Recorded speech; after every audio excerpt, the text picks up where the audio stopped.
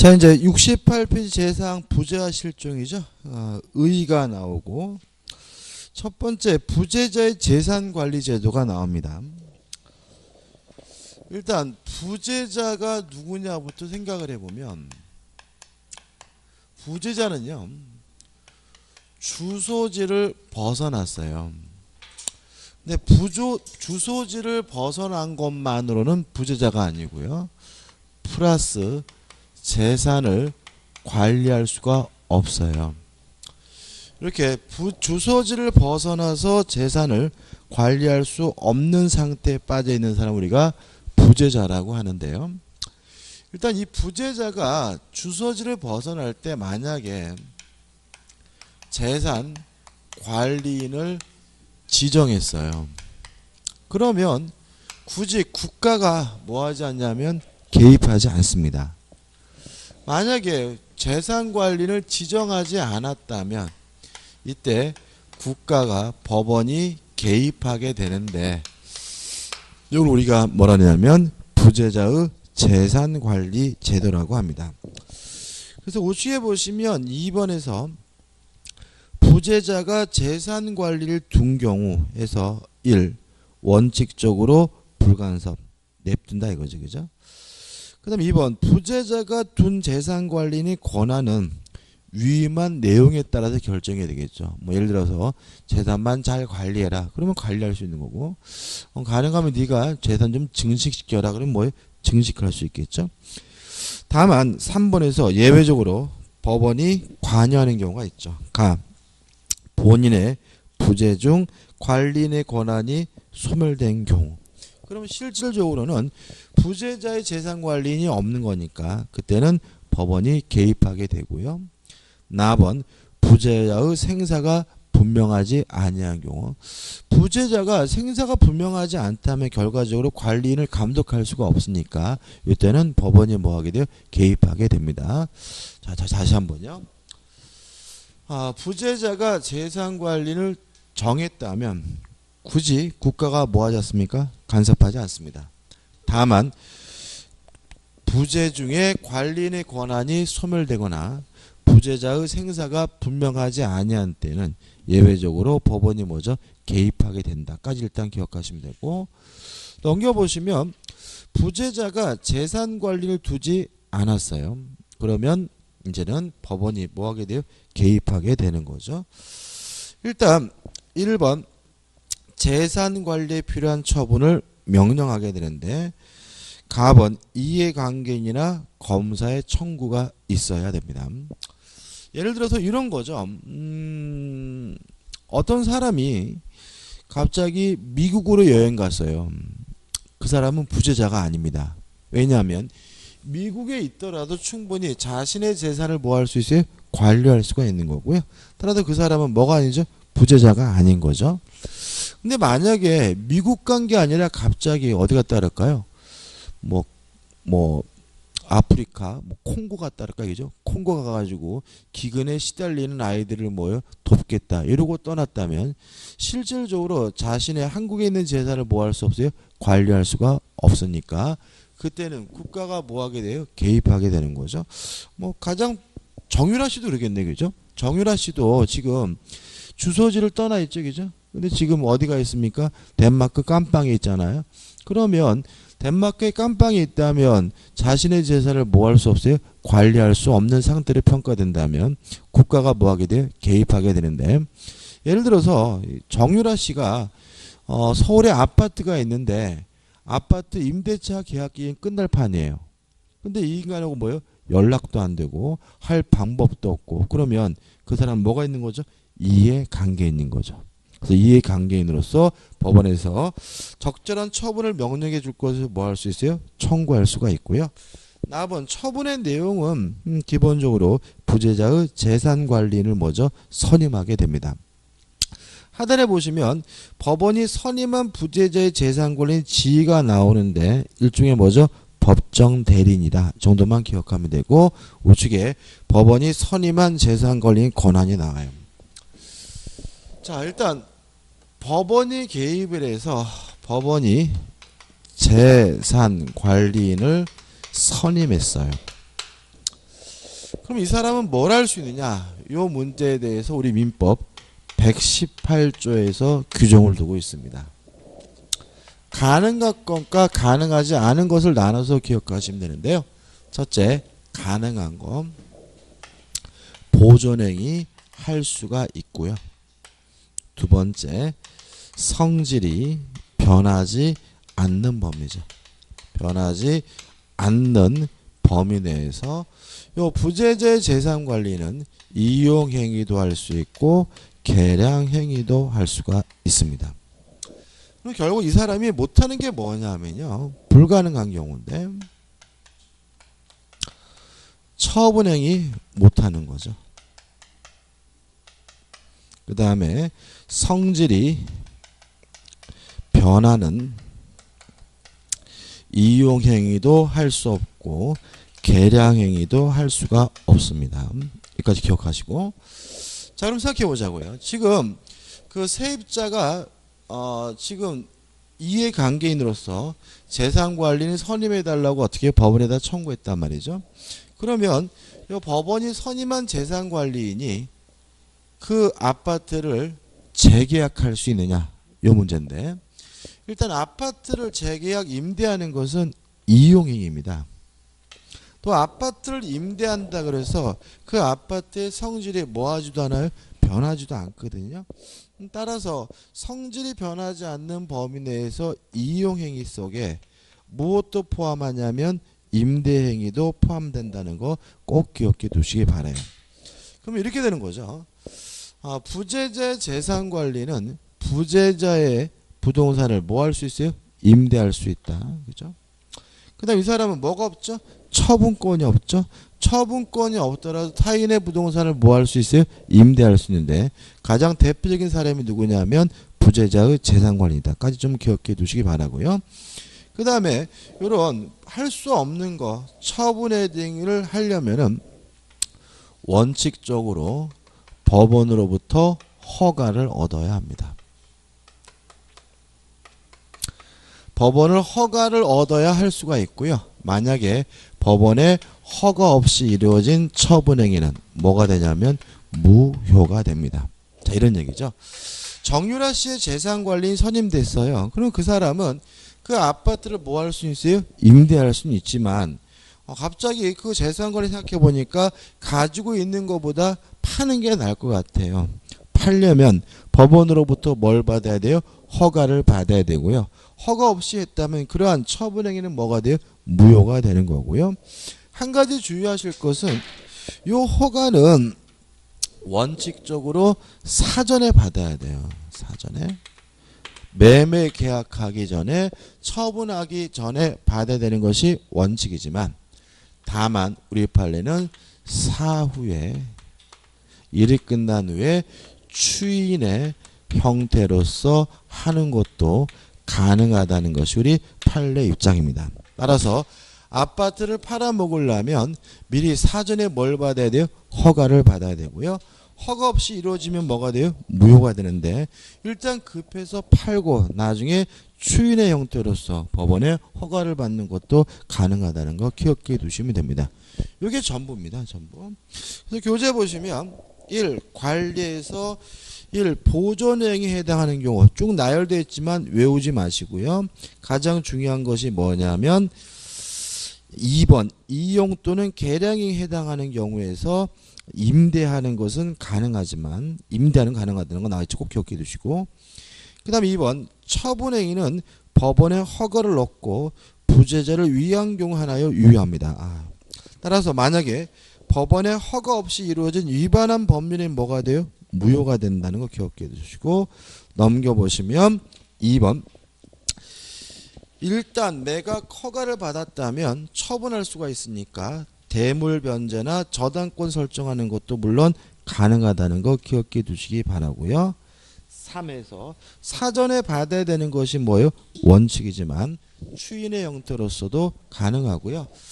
하나 좀 더 적어야 될 게 있네요. 요 허가는 반드시 본인에게 이익이 돼야 돼요. 만약에 법원으로 허가를 받았다 하더라도 본인에게 아무런 이익이 되지 않는다면 그러한 처분행위는 무효과됨을 주의하시기 바랍니다.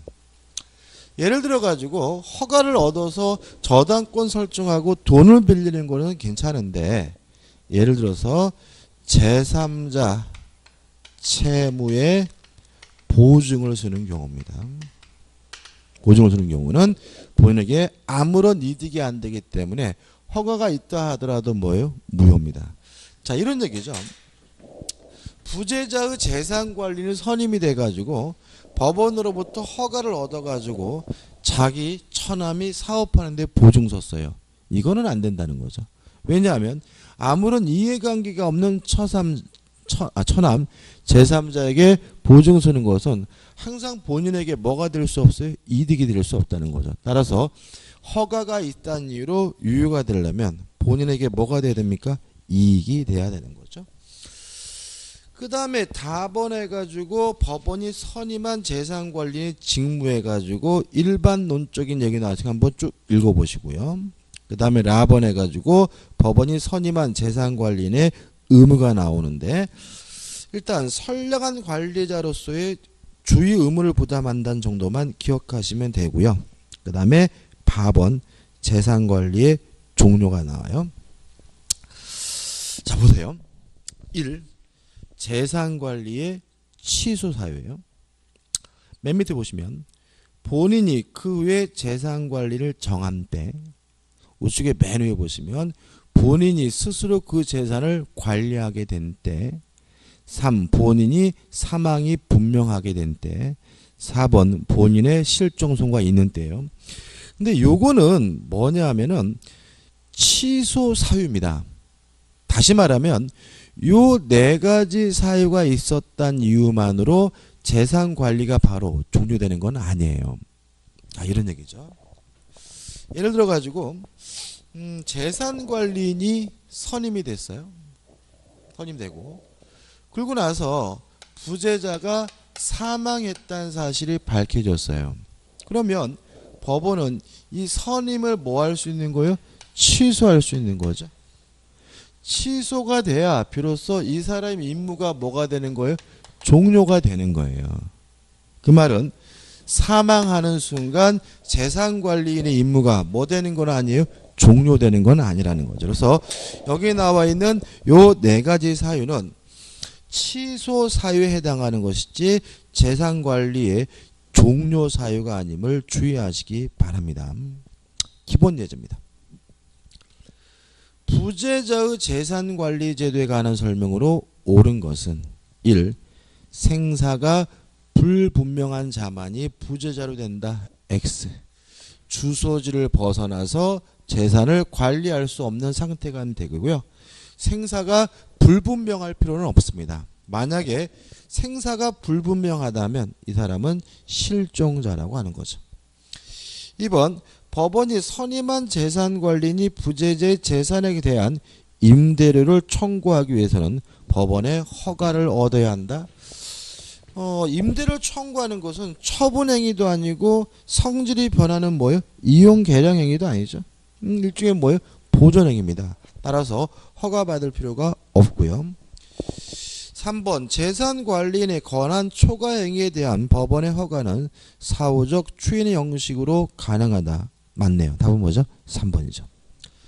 4번 부재자의 사망이 확인이 돼요. 그러면 뭐가 되는 거죠? 취소 사유가 되는 거죠. 취소가 있어야 이 사람의 임무가 뭐가 돼요? 종료가 되는 것이지, 지문에 나와 있는 것처럼 사망이 확인이 되면 법원이 선임한 재산관리 권한은 선임 결정의 취소 없이 소멸한다는 지문은 뭐죠? X가 되고요. 5번 법원이 선임한 재산관리는 부재자와의 사이에 위임계약 관계가 없으므로 직무상 선량한 관리자의 주의무를 부담하지 않는다. X죠. 선량한 관리자로서 주의무를 부담합니다. 자, 정리해 볼게요. 간단하죠, 그죠? 시험 잘 나오는데 일단 부재자가 누구냐? 주소지를 벗어나서 재산관리를 못하게 된 사람을 말한다. 주의할 것은 생사가 불분명할 필요는 없죠. 죽었는지 살았는지가 명확하지 않으면 그 사람은 부재자가 아니라 뭐가 돼요? 실종자가 되는 거고요. 만약에 재산 관리인을 지정했다면 법원이 뭐 하지 않습니까? 개입하지 않습니다. 다만 두 가지. 관리인의 권한이 소멸되거나 생사가 불분명하게 된 경우에는 법원이 개입하게 되고요. 지정하지 않으면 법원이 뭐예요? 개입하고 재산관리는 뭐합니까? 선임하게 되는데 이 재산관리는 뭘 하냐면 보존행위와 성질이 변하지 않는 범위 내에서 이용 계량행위를 할 수 있고요. 성질이 변하지 않는 이용행위 속에 무엇도 들어갑니까? 임대도 들어간다는 거 꼭 기억해 두시고요. 따라서 처분행위 못하고요. 성질이 변하는 이용 계량행위 못합니다. 이런 행위 하려면 법원으로부터 뭘 받아야 돼요? 허가를 받아야 되는데 허가 없이 이루어지면 뭐가 돼요? 무효다. 다만 주의하실 건 이 허가는 사전에 받아야 되는 것이 뭐예요? 원칙이지만 사후에 추인의 형태로서 받는 거 가능하고요. 이 허가는 반드시 뭐예요? 본인에게 이득이 돼야 된다는 거죠. 따라서 허가가 있었다 하더라도 제3자 채무에 보증하는 것처럼 본인에게 아무런 이득이 되지 않는다면 항상 뭐가 돼요? 무효가 되고요. 또 재산관리인 등이 부재자가 사망한 것으로 밝혀진 경우에는 취소 사유가 발생합니다. 다시 말하면 법원에서 선임 취소가 돼야 그 임무가 뭐가 되는 거예요? 종료가 되는 것이지 사망하는 순간 그 임무가 종료되는 것은 아니라는 것까지만 정리하시면 되겠죠. 이 정도입니다. 자, 넘겨보시면 이제 74페이지부터 뭐가 나오냐면 실정 선고가 나와요.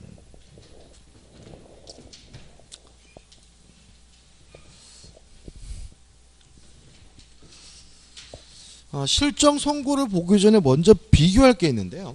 자, 이런 문제입니다. 사망했는지는 확인할 수는 없어요. 그렇지만 사망했을 가능성이 큰 경우에는 가족관계 등록부를 담당하는 공무원이 그 가족관계 등록부를 사망한 것으로 정리하게 됩니다. 가장 떠오르는 분들은 누구냐면 세월호죠, 그죠? 세월에 아직도 시신이 발견하지 못한 분들이 계세요. 그러면 시신이 발견되지 않았다면 그분들은 사망은 뭐 할 수 없는 거죠? 확인할 수는 없죠. 그렇지만 돌아가셨을 가능성이 대단히 뭐죠? 크단 말이죠. 이땐 그분은 계속 살아있는 분으로 남는 것이 아니라 가족관계 등록부를 담당하는 공무원이 뭐를 사망으로 정리하게 되고요. 이런 제도를 뭐라 그러냐면 인정사망제도라고 합니다. 인정사망제도의 효과는 사망한 것으로 뭐가 되냐면 추정이 됩니다. 이걸 일단 기억해 두시고 그 다음에 이제 실정 선고라는 게 있습니다. 자, 이런 문제입니다. 갑과 을이 부부예요. 부부인데 갑이 아침에 나 회사 갔다 올게 라고 출근을 했어요. 출근하고 나서 연락이 없어요. 그래서 이 사람이 살았는지 죽었는지 생사를 확인할 수는 없어요. 이런 경우에는 인정사망 처리할 수는 없어요. 왜냐하면 출근했을 뿐이기 때문에 돌아가셨을 가능성이 큰 것도 아니잖아요. 그럼 이때 을은 늙어 죽을 때까지 청산갑으로 그냥 살아야 되느냐? 그건 아닙니다. 만약에 이 갑이 생사가 확인되지 않은 상태에서 원칙적으로 5년이 지나게 되면 을은 법원에다가 실정 선고를 청구할 수가 있습니다. 이러한 청구가 이루어지게 되면 법원은 공시 최고 기간을 거쳐서 갑이 생사가 확인되지 않은 상태에서 5년이 지났다는 사실이 확인이 되면 법원은 실정 선고를 하게 되고요. 실정 선고를 하게 되면 이 갑은 5년이 만료된 때부터 사망한 것으로 뭐가 되냐면 간주가 되고요. 추정이 아니라 뭐죠? 간주고 이런 제도를 우리가 뭐죠? 실정 선고라고 합니다. 따라서 가출을 하더라도 최소한 몇 년마다 한 번씩 연락하는 게 좋아요. 5년마다 한 번씩은 연락해야지. 그냥 뭐죠? 너무 연락을 오래 안 하면 실종 선고받아서 자기도 모르게 사망으로 간주될 수 있음을 주의하시기 바랍니다. 법조문 읽어볼게요. 27조입니다. 부재자의 생사가 몇 년이죠? 5년입니다. 5년간 분명하지 아니한 때에는 법원은 이해관계인이나 검사에 청구하여 실종 선고를 하여야 한다. 이렇게 나와 있고요. 특별실정에서 1년짜리도 있어요. 이 항을 보시면 전제 이만자, 무슨 말이죠? 전쟁터에 나간 거죠. 침몰한 선박 중에 있던 자, 추락한 항공기 중에 있던 자가 기타 사망 원인이 될 위난을 당한 자의 생사가 전쟁 종지 후 선박 침몰, 항공기 추락, 기타 위난이 종료한 후 1년간 분명하지 아니한 때도 제1항과 같다죠. 이 항을 특별실종이라고 해요. 근데 이거는 별로 안 쓰여요. 왜 안 쓰이냐면 굳이 1년까지는 안 가고 공무원이 일반적으로 뭐요? 사망으로 정리하는 뭐라고 합니까? 인정 사망으로 가는 거죠. 그죠? 그럼 이렇게 되는 겁니다. 예를 들어 가지고 세월호에 갇혀 계신 분은 침몰한 선박 중에 있던 자잖아요. 그죠? 침몰한 선박 중에 있던 자. 근데 만약에 공무원이 인정 사망 처리를 안 하면 가족들 입장에서 몇 년 기다렸다고요? 1년 기다렸다가 실종 선고를 청구하고 법원으로부터 실종 선고를 받으면 1년이 만료된 때부터 뭐죠? 사망한 것으로 간주가 되게 되는 거죠.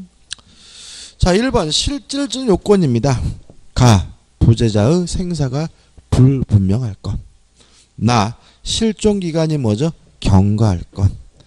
2번 형식적 요건인데 이 청구는 누가 하냐면 이해 관계가 있는 사람이나 또는 검사가 청구하고요. 이해 관계가 있기 위해서는 반드시 상속권이 있어야 됨을 주의하시기 바랍니다.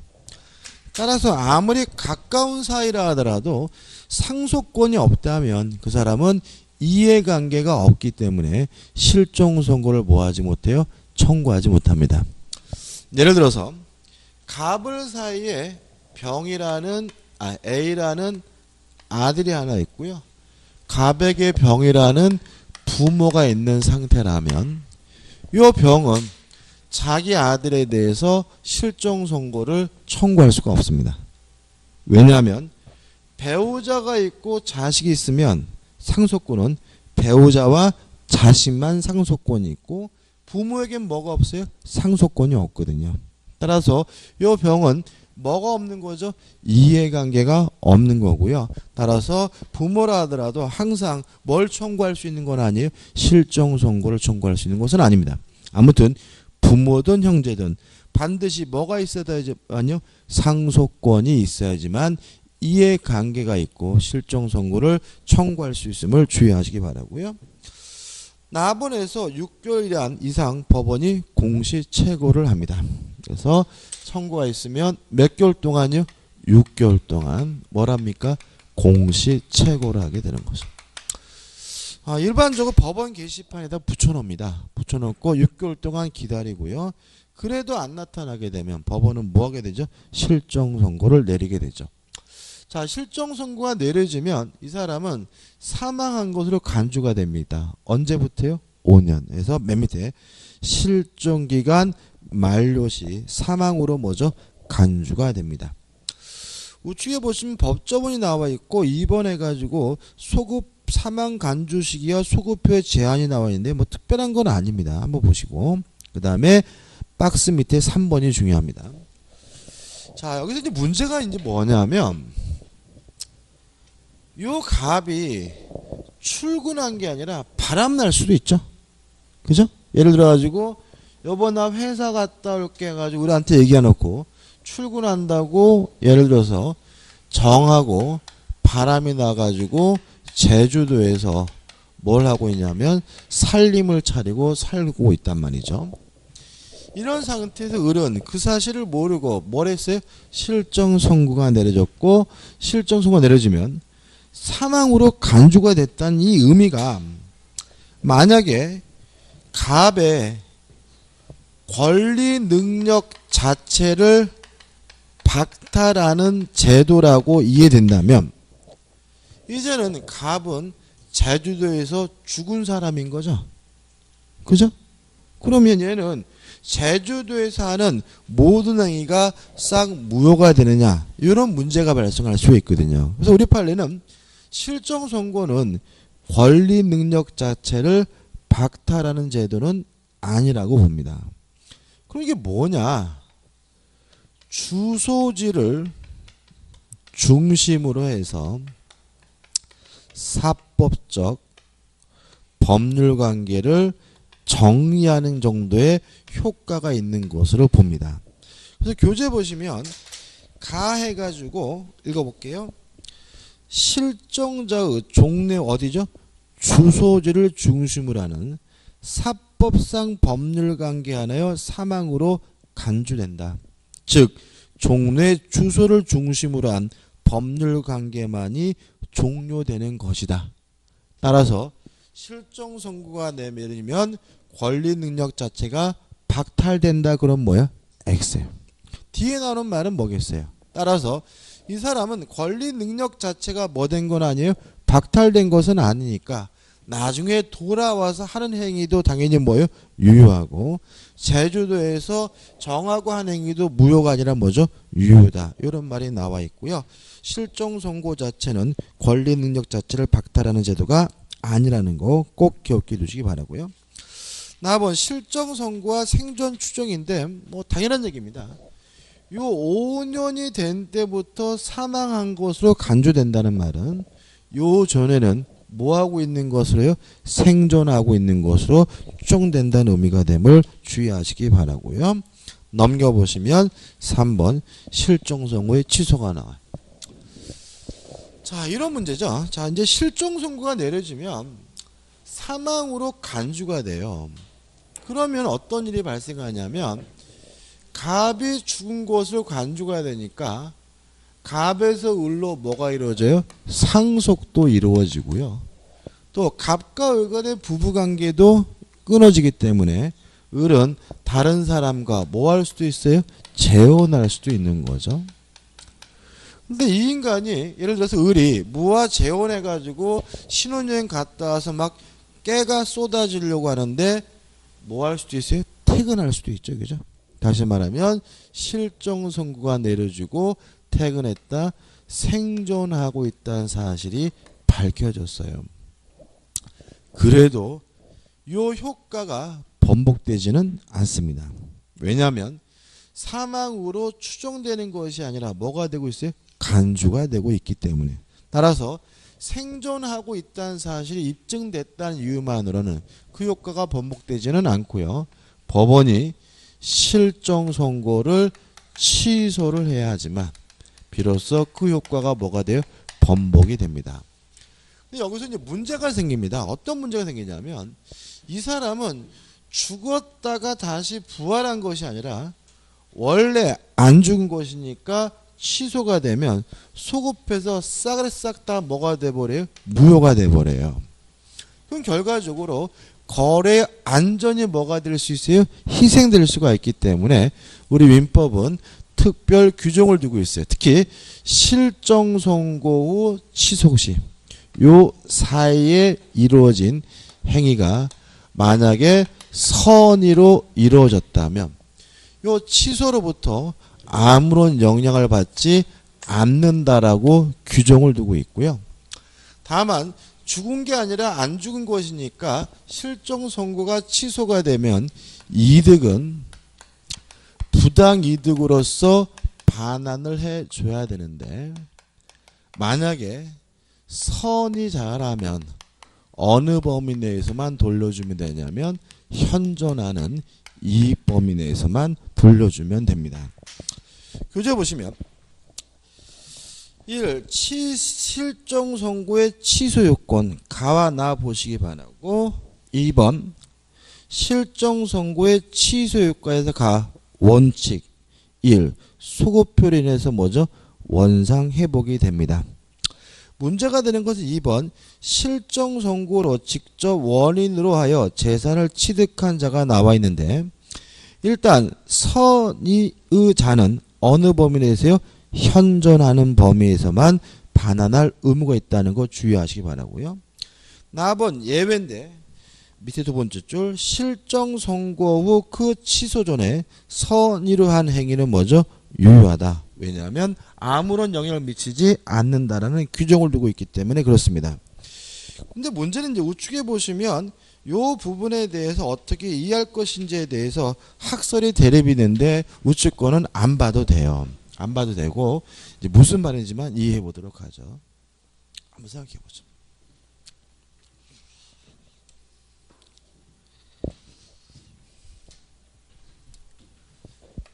갑이 실정 선고가 내려져 가지고요.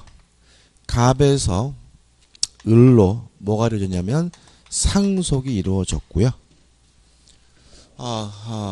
을이 상속받은 요 아파트를 병과 만나서 매매 계약을 했어. 자, 매매 계약을 하고요. 병이 을에게 예를 들어서 2억 원의 대금을 지급했는데 을이 병에게 뭘 내줬냐면 등기를 했어요. 그러고 나서 실정 선고가 뭐가 됐어요? 취소가 됐어요. 이런 경우에 요 매매 계약은 어떻게 되느냐? 요 문제에 대해서 실정 선고 후 취소 전에 선의로 이루어진 행위는 유효하고 아무런 영향을 받지 않으므로 을이 만약에 선이고 병이 만약에 선이라면 병은 확정적으로 뭘 취득하냐면 소유권을 취득하게 됩니다. 다만 을은 병으로부터 받은 2억 원은 부당이득으로서 어떻게 해요? 돌려줘야 되는데 만약에 을이 선이라면 어느 범위 내에서만요? 현존하는 이 범위 내에서만 돌려주면 되고요. 만약에 을이 악이라면 어떻게 해요? 전부를 다 돌려줘야 된다. 이런 얘기죠. 쉽게 말하면 실정 선고가 내려져서 상속받은 아파트를 팔아먹으면 산 사람은 어떻게 해요? 상관없는 거죠. 그죠? 실정 선고가 뭐가 되더라도요? 취소가 되더라. 다만 제가 그 아파트를 팔고 받은 돈은 남편에게 뭐 해야 돼요? 돌려줘야 되는데 만약에 남편이 생존한 사실에 대해서 몰랐다면 선이라면 어느 범위 내에서만요? 현존하는 이 범위 내에서만 돌려주면 된다까지만 이해하시고 정리하시면 됩니다. 끝입니다. 넘겨보시면 이제 뭐가 나오냐면 기본 예제가 나오죠. 실정 선고에 관한 설명으로 옳은 것은 1번 보통 실종의 실종 기간은 3년이다. X. 몇 년이죠? 5년이죠. 2번 실정 선고가 확정되면 실종자는 실종 기간이 만료한 때 사망한 것으로 추정된다. X. 추정하는 것이 아니라 뭐죠? 간주가 됩니다. 3번 실정 선고에 취소 사유가 있는 경우 검사와 지방자치단체장은 실정 선고의 취소를 청구할 수 있다. X. 지방자치단체장은 아까 말씀드린 제한 능력을 청구하는 경우만 나오고요. 다시 안 나옵니다. 검사만 들어가죠. 4번 갑이 법원으로부터 실정 선고를 받은 경우 갑의 재산에 대한 상속은 실정 선고 시에 개시된다. X입니다. 상속은 사망한 때부터 시작되죠. 근데 사망은 언제요? 실종 기간이 만료된 때죠. 따라서 실정 선고한 때부터 상속이 개시되는 것이 아니라 기간이 만료된 때부터 뭐죠? 상속이 개시되니까 4번도 뭐가 돼요? X가 되고요. 5번 실정 선고를 받은 사람이 생한 후 종래 주소지에서 타인의 부동산을 매수하는 매매 계약을 체결할 수 있다. 5. 왜냐하면 실정 선고 자체는 권리 능력을 뭐하는 게 아니에요? 박탈하는 게 아니죠. 따라서 다른 곳에서 한 행위 유효하고요. 돌아와서 한 행위도 무효가 아니라 뭐죠? 유효가 됨을 추이하시기 바랍니다. 그 다음에 4번 사망의 입증 곤란을 구제하기 위한 제도에서 뭐가 나오냐면 동시 사망의 추정이 나와요.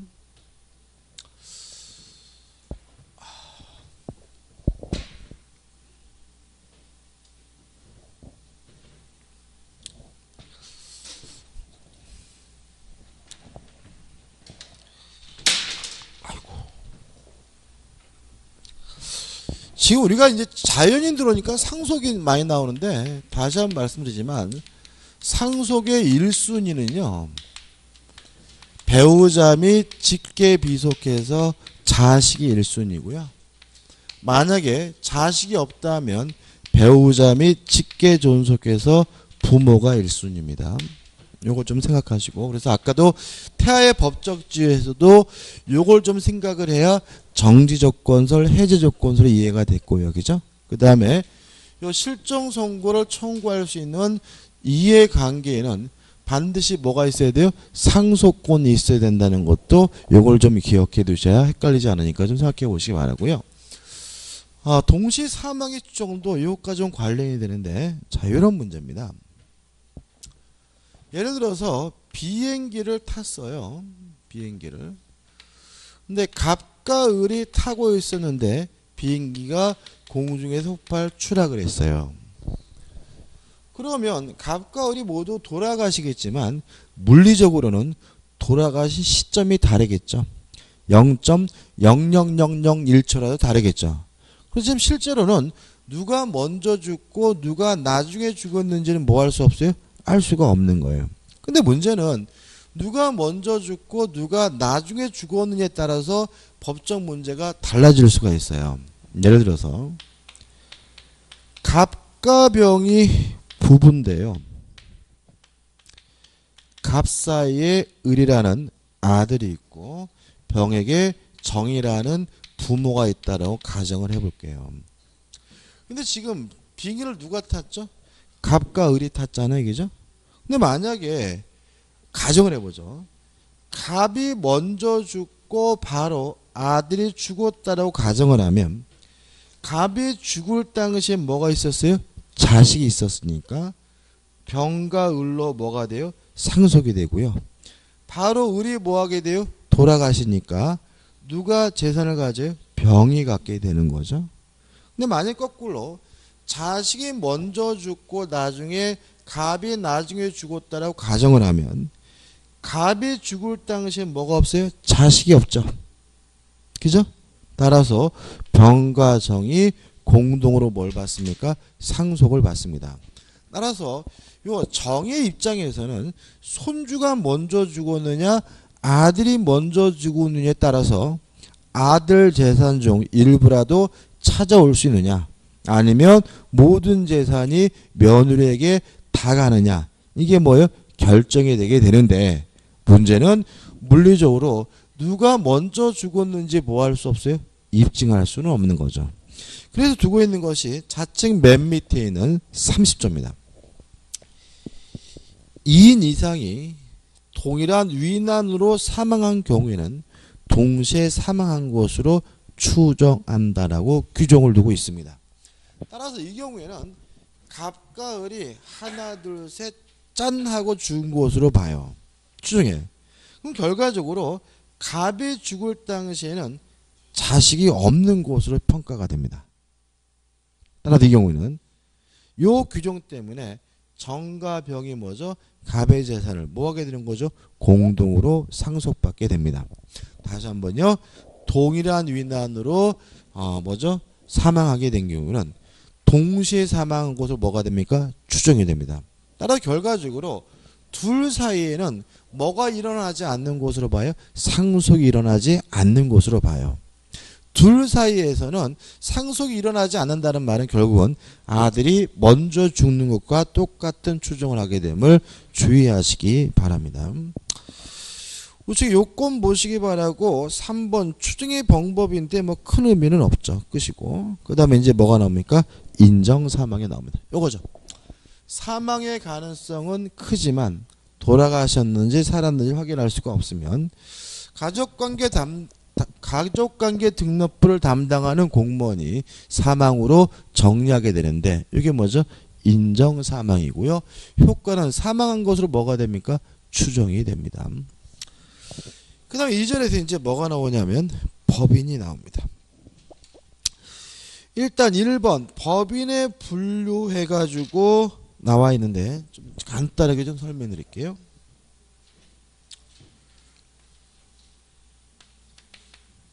법인은요, 사단법인, 아이고 죄송합니다.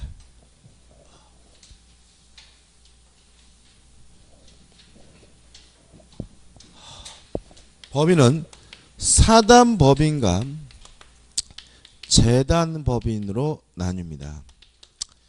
사단이라는 말 뜻은요, 사람의 집합이란 뜻입니다.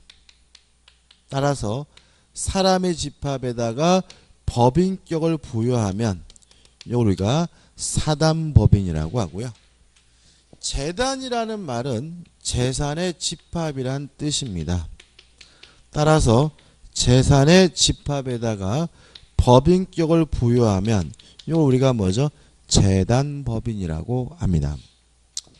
사단법인은요, 다시 둘로 나뉩니다. 영리법인일 수도 있고요, 비영리법인일 수도 있는데, 만약에 사단법인이 만약에 영리법인이라면 이걸 우리가 회사라고 합니다. 그 다음에 재단법인은요, 항상 비영리법인입니다.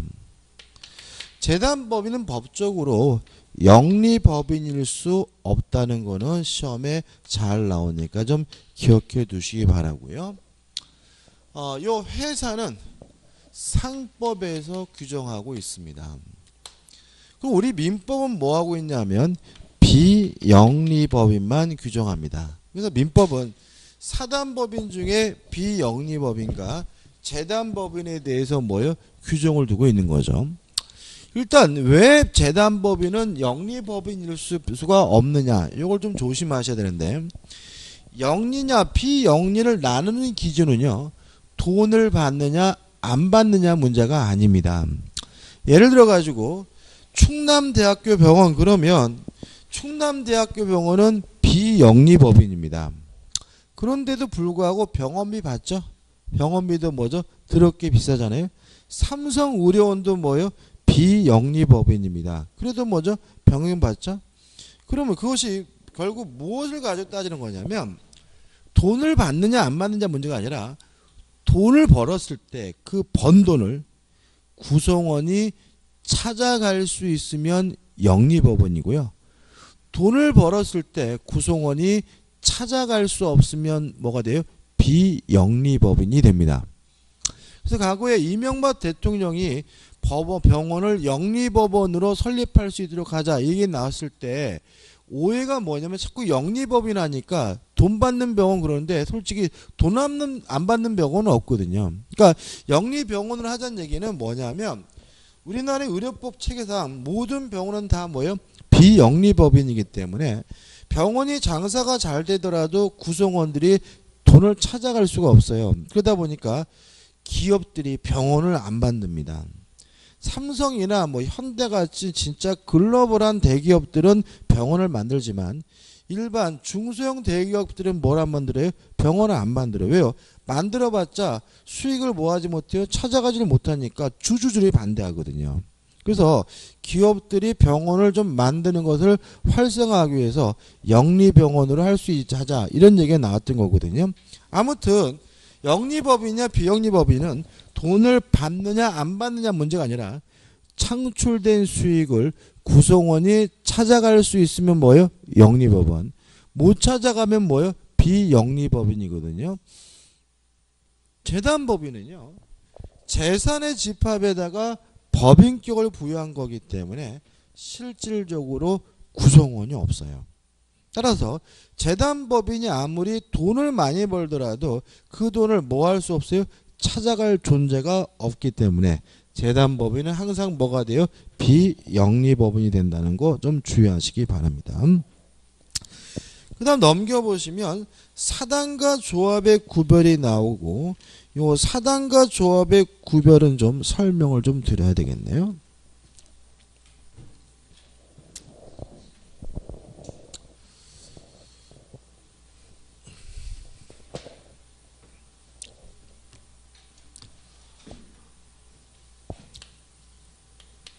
공동의 목적은 있는데요. 아무런 조직도 체계도 없는 사람의 모임을 조합이라고 합니다. 그 다음에 조직과 체계가 완비가 됐어요.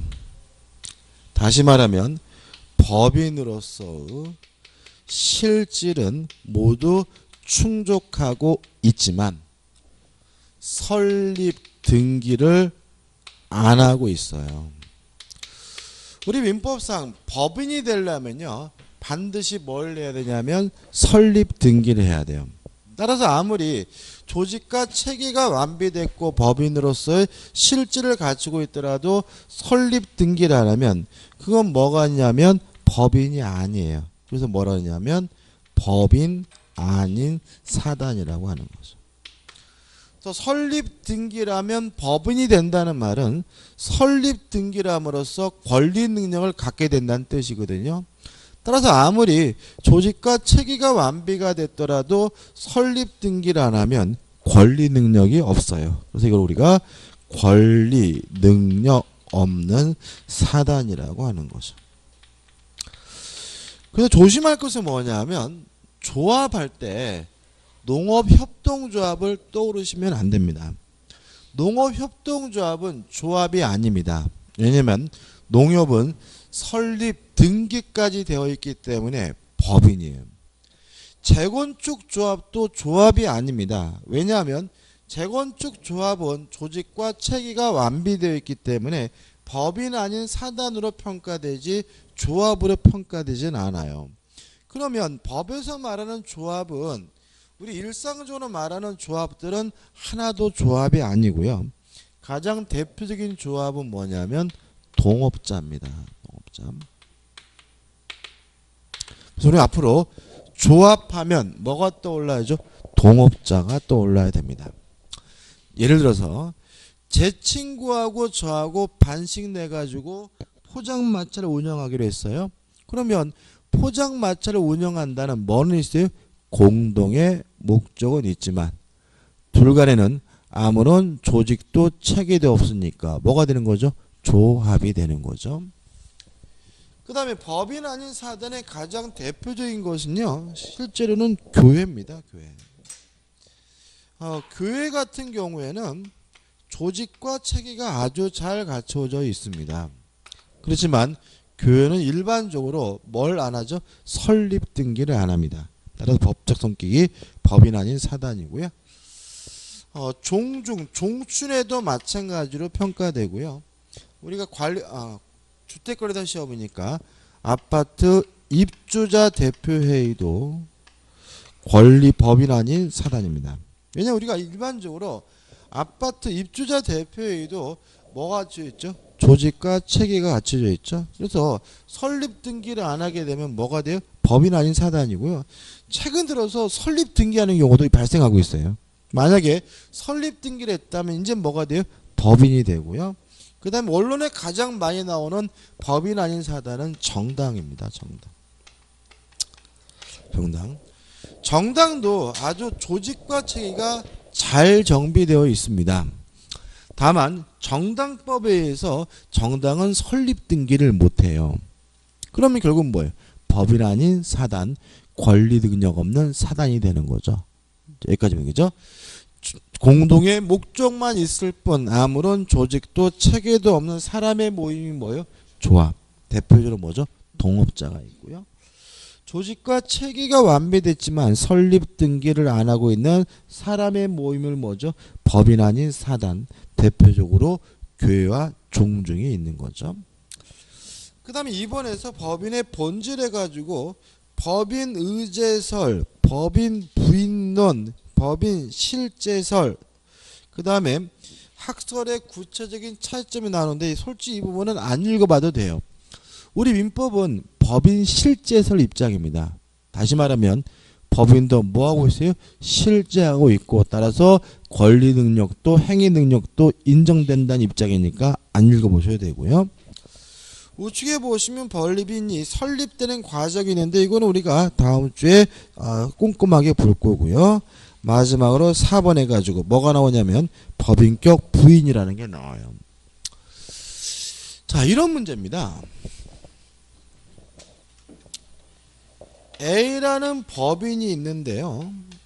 요 A라는 법인에 갑이라는 대표 이사가 은행으로부터 법인 이름으로 뭘 받았냐면 대출을 받았어요. 물론 이 대출금은 누구한테 갑니까? 법인한테 가는 거죠. 그리고 이 돈은 갑이 빌린 게 아니라 누가요? 법인이 빌린 거죠. 그럼 나중에 돈도 갑이 갚을 돈이 아니라 법인이 갚을 돈이죠. 그렇기 때문에 어떤 일이 발생할 수 있냐면 최순실 씨처럼 페이퍼 컴퍼니를 만들 수가 있죠. 다시 말하면 허위로 뭘 만들어서요? 법인을 만들어 가지고 그 법인 안에 뭐죠? 재산을 숨기거나 아니면 지금 말씀드린 것처럼 법인 이름으로 대출을 이빠에 받아놓고 지는 뭐죠? 골프 치고 세계 여행 다니면서 펑펑 놀 수도 있죠. 이렇게 법인 제도를 악인하는 일이 최근에 어떻게 해요? 많이 등장하고 있습니다. 이런 경우에는 우리 법원은 법인격을 부인합니다. 자기 무슨 말이냐면 법인이 돈 빌린 거니까 누가 돈 갚아야 돼요? 법인이. 근데 만약에 요 갑이 뒤에 숨어서 법인 제도를 악용하고 있다면 법인격을 부인함으로써 갑에게 직접 돈 달라고 요구할 수 있다는 이론을 우리가 법인격 부인론이라고 합니다. 다시 말하면 법인 제도를 악용을 하는 경우에는 법인의 법인격을 부인함으로써 그 뒤에 숨어있는 배우자 최순실 씨에게 직접 책임을 물을 수 있다는 이론을 우리가 뭐죠? 법인격 부인론이라고 하고요. 이를 내 가지고 회사의 법인격을 부인하는 이론으로서 법인 형해론이라는 말이 나오죠. 이 형해론이라는 말은 뭐냐면 형해가 뭐냐면 뼈만 남긴다 이런 뜻이에요. 그러니까 다시 말하면 뼈만 남기고 알맹이는 다 누가 뜯어먹었어요? 뒤에 숨어있는 사람이 뜯어먹었다 이런 얘기고, 그 다음에 하단에 2번 보시면 법인격 남용의 경우 그 법인은 물론 누구죠? 배우자가 아니라 누구죠? 배후자예요. 그죠? 뒤에 숨어있는 사람에게도 뭘 인정합니까? 책임을 인정하게 되는 거죠. 그래서 예를 들어서 요새 가끔 보면은 최순실 씨가 좀 오늘 아침 보니까 난리 났죠. 그죠? 난리 났는데 왜 귀국했을까요? 그 사람은 독일에 있었잖아요. 독일에 있다가 귀국했잖아요. 그죠? 귀국해가지고 지금 깜빵 가 있지 않습니까? 그죠? 솔직히 그 아줌마 입장에서는 숨어당하고 있는 거잖아요. 그러면 이제 역으로 말하면은 왜 그 아줌마는 독일에서 정유라처럼 어떻게 숨어 있다가 뭐 독일 검찰에 잡혀가지고 거기에 있는 게 낫지 여기 와가지고 왜 이럴까 이런 생각 드는데, 그 재밌는 게 그 독일법이요 우리나라보다 더 강력하더라고요. 그러니까 지금 이렇게 법인 제도를 악용해가지고 이렇게 법인격을 부인하거나 이렇게 형이화시키면은 이거를 일종의 자유 경제 질서를 침범하는 사범으로 보기 때문에 아주 형량이 어마어마하게 강하더라고요. 그래서 우리보다 독일에 있는 게 뭐죠? 더 위험해가지고 그 양반이 귀국한 것 같아요. 그래서 저희도 제 생각에는 그러니까 우리가 보면 법이 있는 사람에게 유리하게 되는 경우가 많거든요. 그래서 독일 같은 나라를 좀 배워서 이런 거 악용한 사람들을 확실하게 처벌하는 게 낫지 않을까 싶기도 합니다. 그렇죠? 한번 쭉 읽어보시고 중요한 건 아닙니다. 오늘 여기까지 하고요. 뒷페이지 나오는 법인의 설립부터는 다음 주에부터 보도록 하겠습니다. 그렇죠? 오늘 좀 일찍 끝났네. 그죠? 오늘 수고 많으셨습니다. 감사합니다.